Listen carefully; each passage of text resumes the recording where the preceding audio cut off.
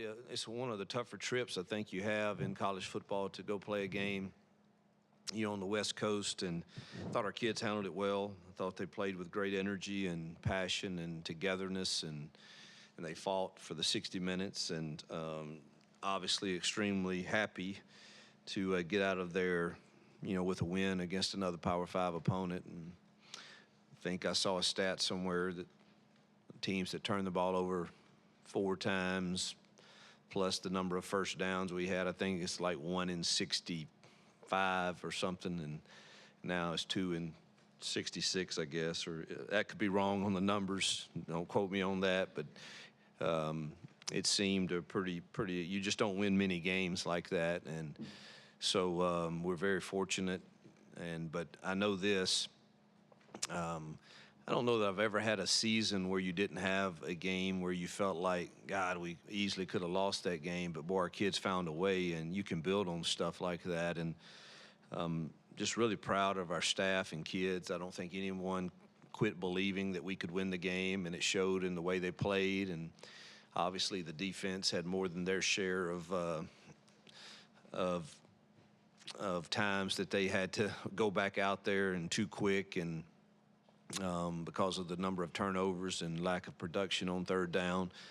And, man, they never once, it was always, we got you, we got you, we got you. And I'm just really proud of that growth that we can use to build on for sure. And obviously they played, really well on that side of the ball, and special teams played better than average, but not great, but better than average. Offense was awful, and we got the ball in the third quarter. I don't know how many minutes were left, but our first possession in the third quarter, we had only had 25 offensive plays.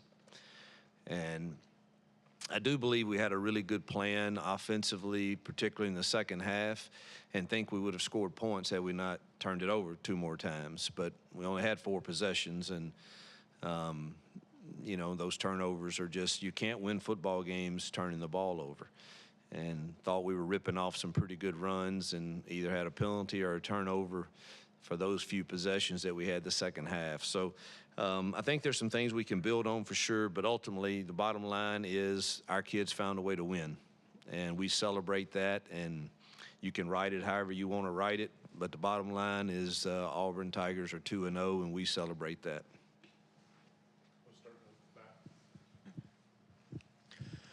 Coach, all offseason you talked about it through the fall and even through the season as it started. Robbie Ashford was going to be a huge part of your team's success. We saw a heavy dosage of him on Saturday night, flipping back and forth between him and Peyton Thorne. What was their response, Peyton and Robbie's response, and their attitude towards both of them seeing heavy minutes on Saturday? Yeah, I haven't seen them and talked to them today yet, and obviously everybody's on the plane ride was just trying to rest, and they both seem fine. I don't know that that's exactly what I want it to look like, but we just had no juice, no momentum, and so you're kind of searching for it. And we've got to figure that piece of it out to where you're not we need Peyton to play better, truthfully, too. Now, the last drive, he played well. Prior to that, I think a few of the throws were inaccurate. And I thought he left the pocket early once. And look, I'm not beating up Peyton. He played really well that last possession, but we do need more consistency there throughout the whole game. And that's our challenge, is to get him and Robbie and Holden to that point. And so they know that, but Robbie's got to get his touches. And we had a really good package for him, and had a good drive going in that package, and then one of our running backs went the wrong way, and it created a negative play and got us behind the chains. And so it was just one thing after another offensively, which ultimately, it has to start with me and our offensive staff as to why we, did some of the things we did. We don't control the fumbles necessarily, but there were other things that happened that caused us negative plays that, maybe we need to coach better.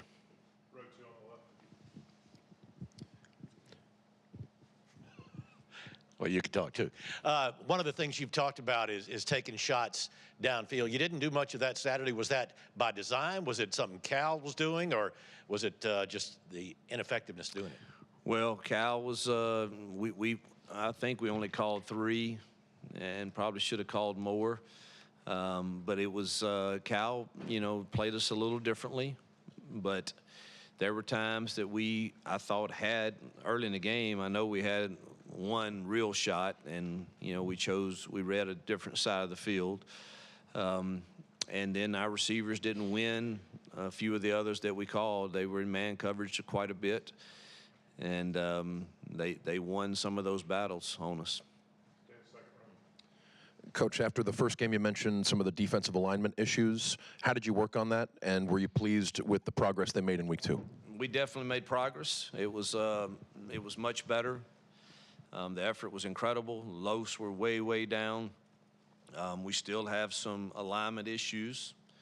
But, I mean, every game you're going to have some. I would like for it to be in the single digits. I think we were around 10.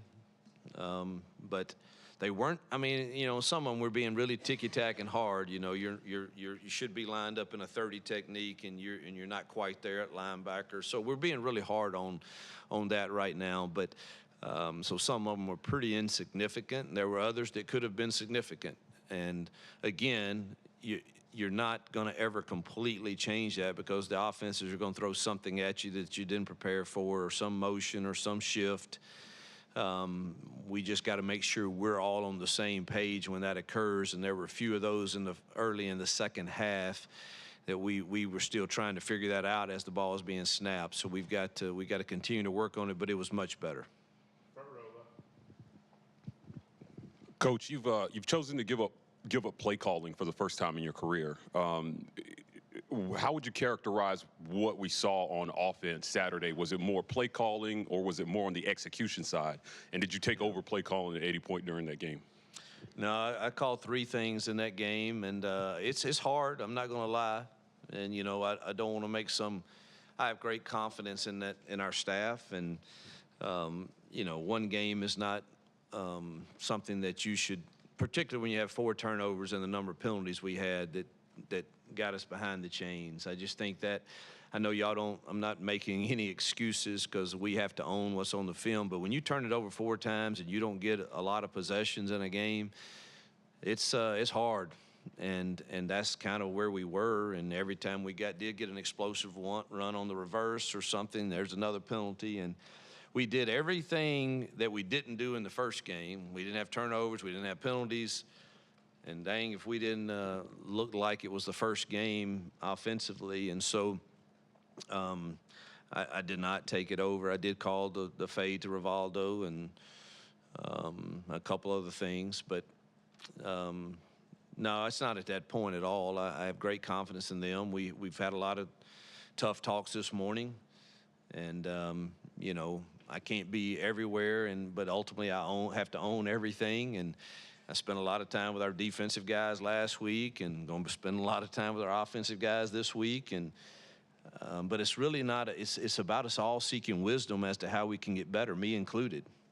And that was our main theme this morning in our truth meeting is, man, how do you seek wisdom to get better and to improve the chances our kids have of winning football games and being better men? And what does that look like for you?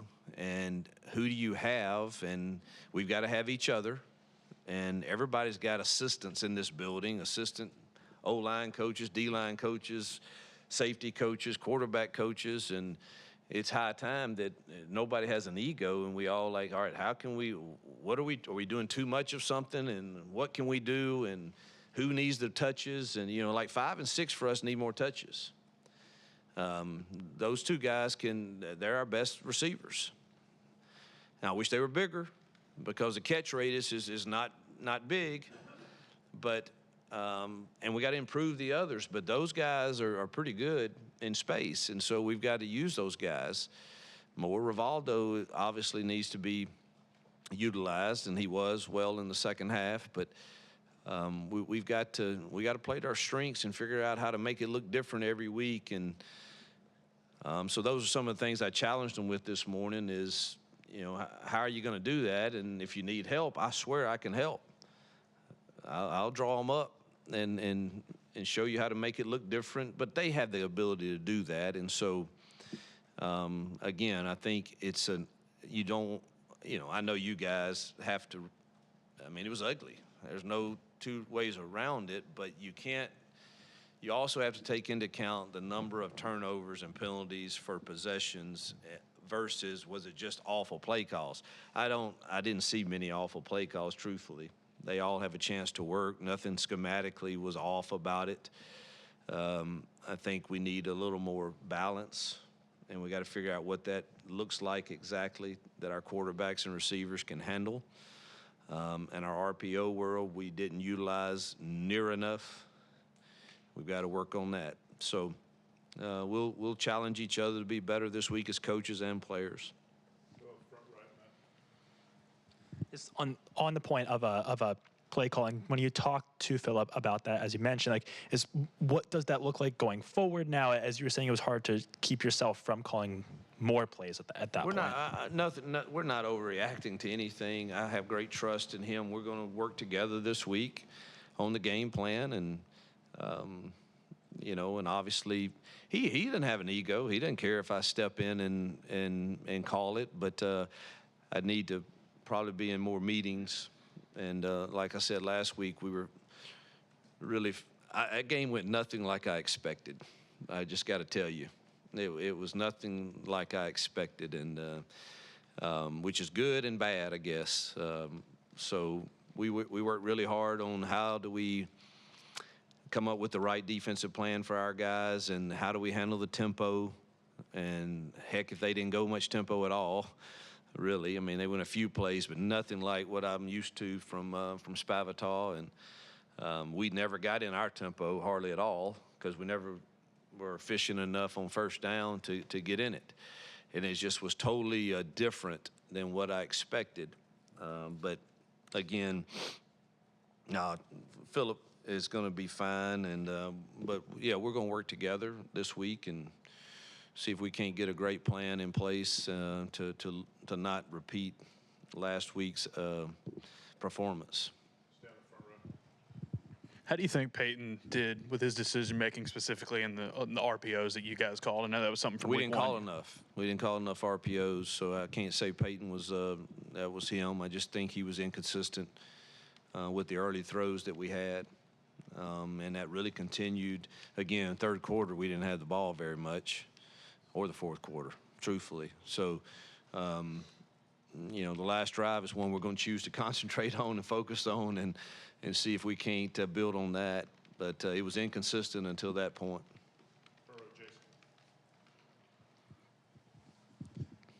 When you look at this defense, how much have they progressed since the start of this preseason? And then just talk about the job your staff has done in trying to fill pieces, because you've had some injuries on that side, and they just kind of keep plugging in. It was a little scary the second half. We had Keontae out and Simpson out to start the third quarter, which we already had Pritchett out who couldn't play.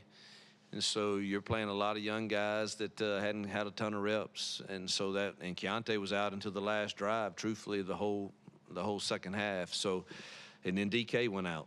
So we were greatly challenged. Nixon dinged his hand there, his wrist that he had surgery on, and we're thin at linebacker, really thin. And so it was quite a challenge. So really proud of our kids and the staff. They just kept battling and finding a way to get off the field and get important stops. Did we improve from week 1 to week 2? Absolutely. Now, are we fixed yet and ready to say we're fixing to dominate and hold every opponent to 10 points? I would like to say that, but that's not accurate. We got to keep working because tougher tests are coming. Do you expect those guys like Donovan and Pritchett back this week? Some of the guys that you mentioned. It's too early to tell, I think, on both. I would love to hope that they both would be ready to go for sure, but it's too early to tell. Would love to get. We're without J.D. Rhymes so far too this year, and I think he could help us. So, but it's too early on Monday to tell. Yeah, I want to ask you about Kayan Lee. I mean, he played a lot of snaps the other day, and he played a lot better than he did against UMass. Are you seeing him kind of step it up? Yeah, and there's, we think he's going to be he's really talented. He's going to be really good. He's just young. There's times I think he's still a little unsure about his confidence level and gives too much ground. There were a couple of those in the game, and obviously the 15-yard penalty we don't need. That was critical at that juncture. But did he play well? Yes. He still can get better. Yes. But God, we're glad we have him. We're really thin back there right now. Yes, you mentioned playing Jay Fair and Varmore together. Do you think Fair is more built to play on the outside, or do you think it's the other way around? I don't think either are built to play outside, truthfully. But obviously, unless you get in 10 personnel, there's one of them will have to if you're going to play them both at the same time. And so I don't know if I said that. I said they need to get more touches. Now, does that look like them playing more at the same time? Maybe. We got to figure that out this week for sure, or today. Thank you. 2 questions, if I may, but first one, just in your coaching experience, a win like this in an adverse situation, how does that pay dividends later in the season? And then secondly, just looking ahead to Samford, curious if you have any relationship with Chris Hatcher and what you know about the Bulldogs. Yeah, there's no question. You're very sharp with the question, because a win like that, that's a tough trip. And I won't go on Thursday again if we ever have to do that again.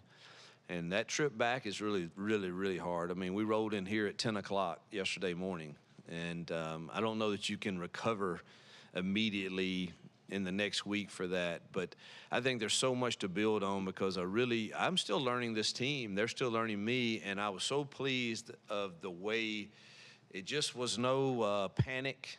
It was just, we're going to figure this out somehow, some way, and get out of here with a win. And not every team in year one have I felt could handle that, and I wasn't sure about our kids, truthfully, and I really thought we were going to go in there and score 30, 40 points and make it easy on the defense, and Lord knows that didn't happen. And I was so proud of just the leadership on that side of the ball that just, we got you.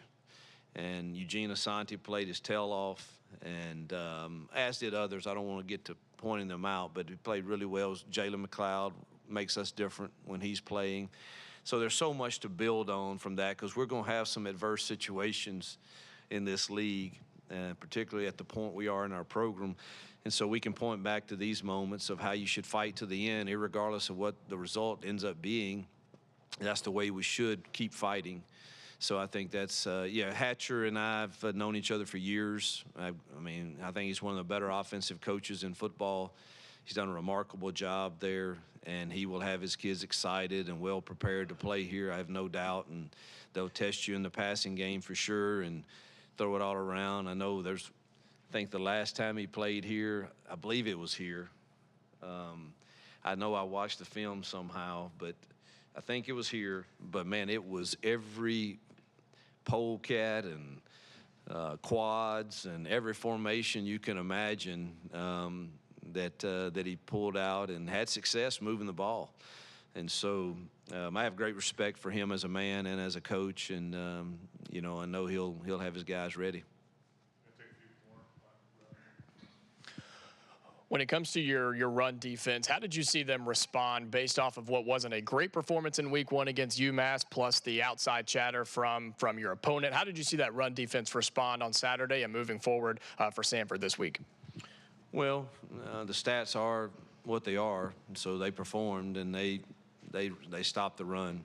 And so we absolutely improved from week 1 to week 2 in that, and I don't know that has any bearing on what you do in week 3. You better prepare the same way, and you better have a great plan, and know you've got to do it again and again and again. And but we did absolutely felt like we had to stop the run and make them one-dimensional. We weren't sure that either quarterback could all night long throw it and beat us. I said wasn't sure. I'm not saying they couldn't, but it wasn't enough tape to really. But we kind of just, you know, when you look at 2 transfer guys and they weren't used to throw it at their old school, you kind of just hope in your mind that that's a situation where maybe they can't throw it well enough to beat you. So let's be sure we've got to stop the run, because they had really talented running backs, and I thought our kids did a great job of doing that. Coach, you mentioned getting 5 and 6 more touches. What about the rest of the wide receiver room? Are you expecting more production out of the other guys too? Well, you sure hope so. Well, we haven't proved we can do it yet. So until we do, I mean, we've got to prove that we can win some one-on-ones and we can throw accurate balls to them, and you know, we got to keep improving that room. I've said that since I got here, and that's still the case.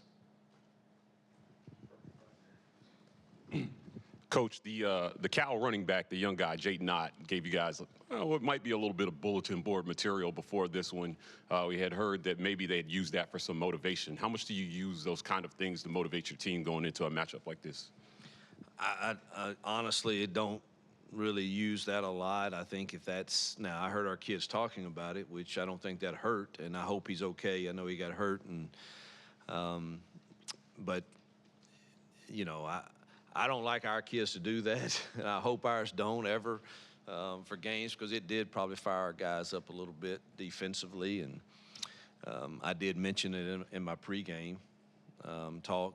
I was comparing it to one of my real life experiences with a guy in high school, and I did use that in pregame. But I don't think that's the reason we stopped the run. But it certainly did give them some motivation for sure. Hugh, how did you feel like the offensive line did in the game on Saturday? I thought they did fine, truthfully, and that's the shame of it. I thought they handled the movements and stuff really well. There was one breakdown in protection. The others, I think, we kind of caused with either setting the protection wrong or moving out of the pocket too early. But I think, again, without the turnovers, I think you're looking at another 250-yard plus rushing night. And so I thought they were doing a fine job of run blocking. You talked about getting McLeod back. What did it add to the defense, and then how much of a boost is that moving forward, having that speed off the edge? I think he's probably 85%. I'd like for him to get to 100%. And then I think he really gives us a boost. But at 85%, he's made us better. He's strong at the point of attack, quick twitched, and can rush the passer. I don't think he got a sack the other night. I don't think, but he's different than what we've been presenting. So he helps us all the way around. Yeah, a question about the quarterback rotation. I mean, if you're trying to unlock more consistency, wouldn't it make sense to kind of pick a guy and stick with him, or do you like this rotational thing? That's the big challenge. I do not like the way the other night went with it. But at the same time, I think Robbie has to get his touches. And so that is a absolute something that's on my mind, and we've got to figure it out. All right, Coach. Appreciate you. Yep. Thank y'all.